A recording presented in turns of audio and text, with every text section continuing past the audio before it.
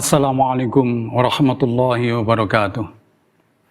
Innal hamdalillahi nahmaduhu wa nasta'inuhu wa nastaghfiruh wa na'udzu billahi min syururi anfusina wa min sayyiati a'malina may yahdihillahu fala mudhillalah wa may yudlil fala hadiyalah.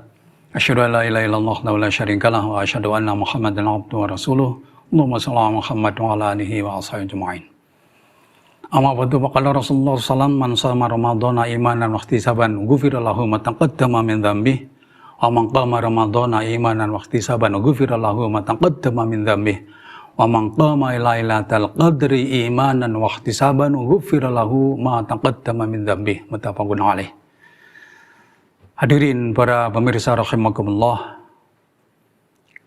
Rasulullah bersabda dalam hadis tadi itu, barang siapa berpuasa Ramadan karena dorongan iman kepada Allah dan mengharapkan pahala pada Allah SWT, barang siapa mendirikan Ramadan, mungkin bisa dalam bentuk sholat tarawih dan tadarus di malam hari, karena dorongan iman dan mengharap pahala Allah, dan juga barang siapa ketika Lailatul Qadar itu turun dia tidak tidur dalam keadaan beribadah pada Allah SWT, bisa sholat, bisa zikir, bisa baca Al-Quran, maka semua itu menghasilkan satu kalimat ghufira lahu ma taqaddama min dzambi.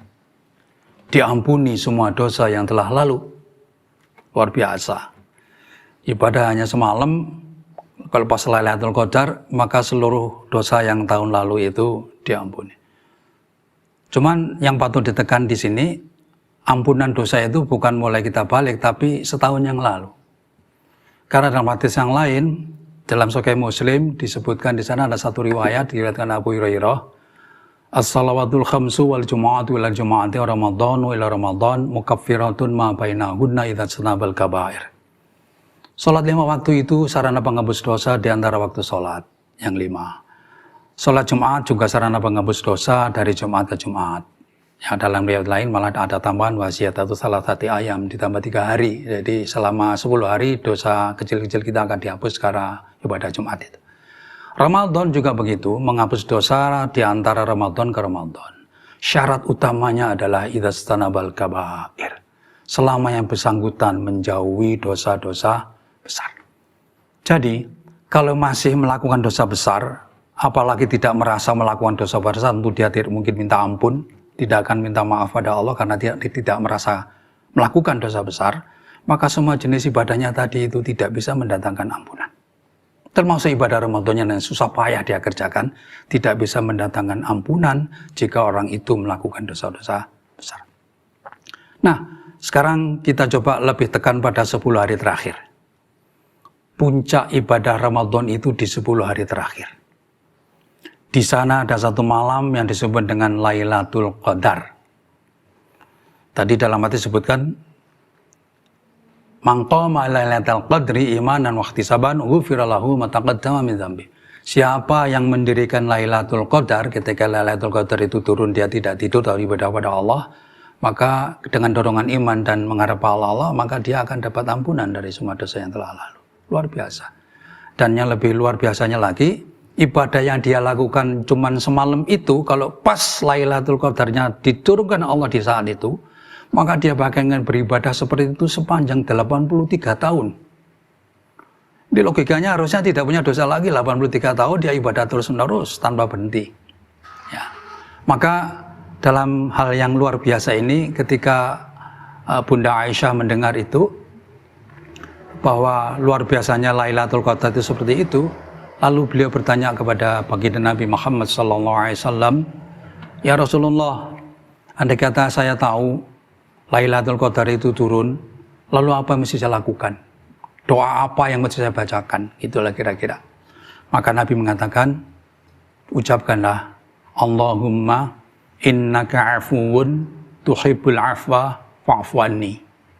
Ya Allah, Allahumma innaka afuwun, sesungguhnya engkau itu pemaaf, yuhibbul afwa, dan menyukai maaf. Jadi tidak suka orang yang dendam dan tidak suka orang yang tidak suka memberi maaf. Fa'fu anni, maka maafkanlah aku ya Allah. Artinya tidak ada doa yang terbaik ketika Lailatul Qadar itu turun adalah mohon ampun kepada Allah Subhanahu wa taala. Maka ibadah-ibadah yang banyak yang bisa kita lakukan di dalam bulan Ramadan itu seharusnya semuanya memang automatically itu bisa menghasilkan ampunan dari Allah SWT. Apalagi kalau kita sengaja minta ampun kepadanya.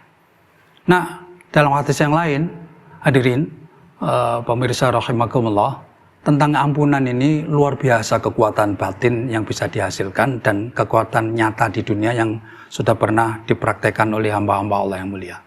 Kata Rasulullah, man aktsara minal istighfar, barang siapa memperbanyak ucapan istighfar, ja'alallahu min kulli hammin faraha wa min kulli dhikin makhraja wa razaqahu min haitsu la yahtasib. Siapa yang memperbanyak ucapan zikir, minta ampun pada Allah SWT, astagfirullahaladzim, la ilaha illa huwal hayyul qayyum wa atubu ilaih, misalnya, seperti itu, diperbanyak, maka yang sedih diganti gembira oleh Allah SWT. Ada kesempitan di dalam itu Allah berikan jalan keluar yang terbaik. Dan Allah berikan rezeki dari arah yang tidak pernah disangka-sangka oleh pikiran manusia. Gara-gara istighfar. Dan itu kalau dilakukan di Lailatul Qadar, Masya Allah, tentu saja akan lebih mulia dan tentu saja lebih mustajabah dibanding dengan hari-hari selain Lailatul Qadar.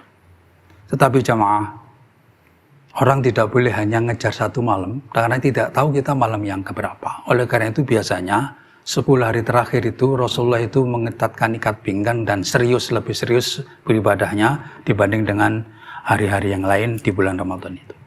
Maka saatnya biasanya di 10 hari terakhir itu orang itikaf. Itikaf itu berarti berduaan dengan Allah di rumah Allah. Ya. Jangan kalau sudah itikaf, ya HP-nya dimatiin. Udah selesai hubungan dengan manusia, dengan dunia. Cuman hubungan dengan Allah saat itikaf. Mudah-mudahan begitu.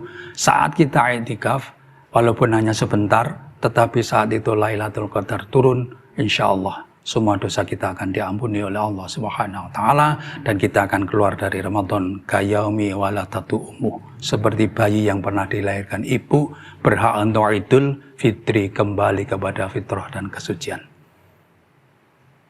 Demikian, semoga bermanfaat. Mohon dimaafkan segala kekurangan. Assalamualaikum warahmatullahi wabarakatuh.